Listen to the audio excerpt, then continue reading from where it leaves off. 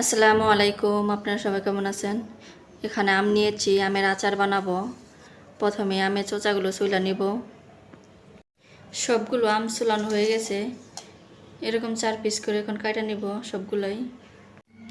সবগুলো কিন্তু যে 4 পিস করে কাটা নিছি। এখন পানিতে ভালো করে ধুয়ে নিব। আমটা পানিতে ধুয়ে নিয়েছি, এখন হালকা সিদ্ধ করে নিব। আমগুলো সিদ্ধ হয়ে গেছে, এখন উঠায় নিব। উঠানো হয়ে গেছে। আচার বানানোর জন্য কড়াইতে তেল দিয়েছি, তেলটা গরম হয়ে গেছে। এর মধ্যে দিয়ে দিব দারচিনি, এলাচ, শুকনো মরিচ, তেজপাতা, কালো জিরা, জিরা, সরিষা। মশলাটা ভালো করে ভাজা নিব। মশলাটা ভাজা হয়ে গেছে, এর মধ্যে দিয়ে দিব মরিচ গুঁড়া, ধনিয়া গুঁড়া, জিরা গুঁড়া, হলুদ, লবণ, সামান্য পানি।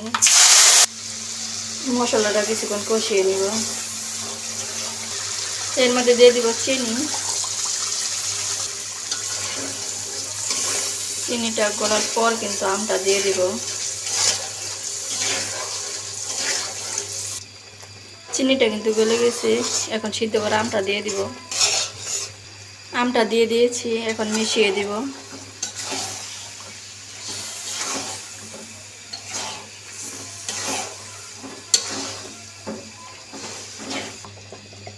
মেশানো হয়ে গেছে।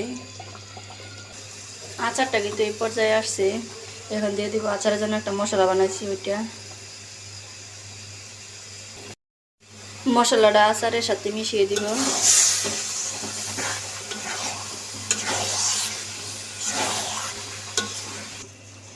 আচারটা আমার হয়ে গেছে, এখন চুলা থেকে নামিয়ে নিব। আচারটা চুলা থেকে নামিয়ে নিয়েছি। কেমন হয়েছে অবশ্যই কমেন্টে জানাবেন। আল্লাহ হাফিজ।